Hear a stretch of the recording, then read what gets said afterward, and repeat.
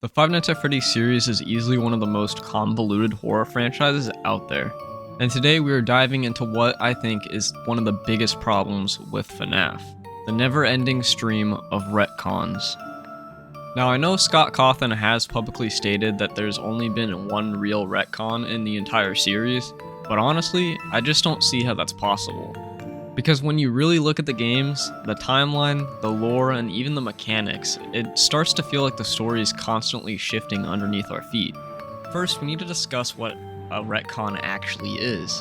A retcon is short for retroactive continuity. It's when a piece of a story, usually something established early on, is changed or overwritten by something that comes later. It doesn't have to be something huge, it could be something as small as a visual change, or as major as flipping an entire character's backstory. Let's say, for example, that in FNaF 1, Freddy is shown wearing a vest. Then in FNaF 2, that same Freddy suddenly shows up with no vest and a completely different color scheme. That's a retcon. The design changed, but the character was supposed to be the exact same from the first game. So now that we know what a retcon actually is, let's discuss a post on Reddit from Scott about the issue. Now, this post basically just means that Scott does think that there is one retcon that he did make, and that it has to be pretty early on, because this post is old by the time this video is coming out, and that the one retcon mentioned was integrated pretty seamlessly, and most people didn't notice. So now that we know that the retcon has to be one of the earlier games, we still don't know what this retcon is, and more importantly, how many others are there? Let's rewind. Back to 2014, the birth of FNaF. FNaF 1 drops and it instantly changes the horror gaming landscape. It's simple, terrifying, and mysterious in all the right ways. And for those who took the time to dig into the hidden lore, there were dark stories hidden in the newspaper clippings, hidden posters, and cryptic audio. One of the most iconic pieces of early lore is the missing child incident. One of these posters informs us that 5 children have gone missing and a suspect has been charged, but the bodies never found. Now, over the years, most fans have accepted that this suspect was William Afton, the infamous child murderer behind some of the animatronics. But I have a different theory. What if originally the suspect was actually meant to be Henry? Think about it. Henry barely shows up in the early games. He's more of a background figure, someone who really only gets fleshed out much later on. And if Scott didn't originally have the entire Afton story fully developed, it's possible Henry was meant to be the villain. Then as the games progressed, William Afton became a more compelling antagonist, and Henry was reworked into a tragic hero. I can even see this working in reverse, that Afton was actually the suspect at first, but with the inclusion of Henry later on, and trying to explain where he was in the past games, it was better just to say that he got arrested and blamed for the murders caused by William Afton. Now maybe this isn't a hard retcon, but it definitely does feel like a shift in direction. This could just be a case of a character's role changing over time without any clear explanation, but it also could just be the retcon.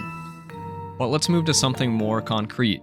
Phone Guy's line in FNaF 1. The animatronic characters here do get a bit quirky at night, but do I blame them? No. If I were forced to sing those same stupid songs for 20 years and I never got a bath, I'd probably be a bit irritable at night too. So remember, these characters hold a special place in the hearts of children and we need to show them a little respect, right? Okay. So just be aware, the characters do tend to wander a bit. They're left in some kind of free roaming mode at night. Something about their servos locking up if they get turned off for too long. They used to be allowed to walk around during the day too, but then there was the bite of 87. They've been singing those same stupid songs for 20 years. At first, it kind of sounds like a throwaway comment, but if you try and line things up with the timeline given in other FNaF media, especially Help Wanted, things start falling apart. In Help Wanted, there's a Fazcoin collectible with the date on it since 1983. So if the animatronics have been performing since 1983, and Phone Guy says it's been 20 years, that places FNaF 1 in 2003, and that just does not make sense. So one possible outcome is that the animatronics have been around for at least 20 years, but the company was still established in 1983. Like, the FNaF 1 pizzeria could have been a thing before they established the company as the Fazbear establishment, which would make sense on how the first game takes place before 2003, but the company is still established in 1983. Now, this is probably just a small lore hiccup, but this could also completely throw off the timeline. And to me, this does kind of smell like a retcon, but I can't be too sure on this one. Now let's talk about Security Breach, precisely the Afton ending. We see Burntrap basically the zombified remains of William Afton once again refusing to die. And yeah, he moves, he twitches, he attacks, he's clearly alive. But then Scott came out later and said that Burntrap was never supposed to move. So what gives?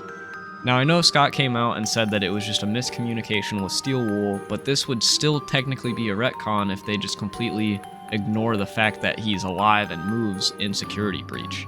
So I guess technically this is Steel Wool's first retcon.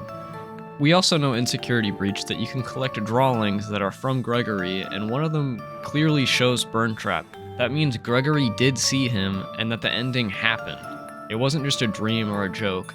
It's technically canon. Now, you can just say that the drawings were Gregory imagining things and he didn't actually see William Afton, but I feel like that's kind of hard to put together whether this is a retcon or isn't. There's just not enough proof about who Gregory is and if William Afton is actually still alive. So that possibly could be retcon number 2. Now let's talk about one of the most dramatic and emotional moments in the franchise, the ending of Pizza Sim. We see all the major animatronics, Molten Freddy, Scrap Baby, Lefty, and Scrap Trap, all trapped in a burning building. We are told that this is the end, that they're finally being destroyed. It's poetic, it's final, it's closure, or so we thought. But because Security Breach exists, it kind of throws this whole ending out of the timeline. This ending does not make sense for Security Breach to exist. Not only does Burntrap or Scrap Trap, whatever you want to call him, he comes back in Security Breach, but the rest also come back as an entity called Tangle. Now, from what we know in the games, Tangle is made up of all the old animatronic parts, Funtime Freddy, Chica, and even bits of Circus Baby. So wait, didn't they all burn? Now this part of it could just be a retcon in itself, but I think this goes a little deeper. In Sister Location, we get blueprints that explain how Remnant works, and that it can only be destroyed by extremely high temperatures.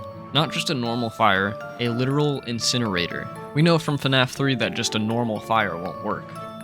So there's 3 possibilities here.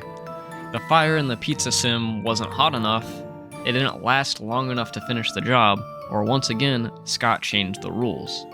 So in my opinion, I think this is the retcon. I think Scott changed exactly how Remnant works. Now you could just say that Scott didn't want to leave it there, even though it was a really good ending, and I think that is partially the case, but I also think that there is a retcon here. I think Henry is smart enough to understand that if he's building these rooms to burn these animatronics, that he's going to build them well enough to actually burn the animatronics.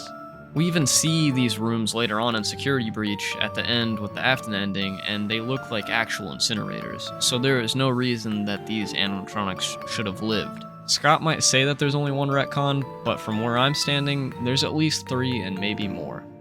And you know what? As frustrating as it can be, it's also part of the magic. FNaF is a franchise built on mystery, on fan theories, on digging for the answers in the dark. And maybe, just maybe, the inconsistencies are what keep us coming back. But what do you think? Did I miss any major retcons? Do you agree with the Henry theory, or do you think it's just a coincidence? Drop your thoughts in the comments below, and if you liked this video, make sure you hit that like button, subscribe for more FNaF breakdowns, and ring that bell so you never miss a theory. Thanks for watching, and always, keep your doors closed and your cameras on. I'll see you guys in the next one.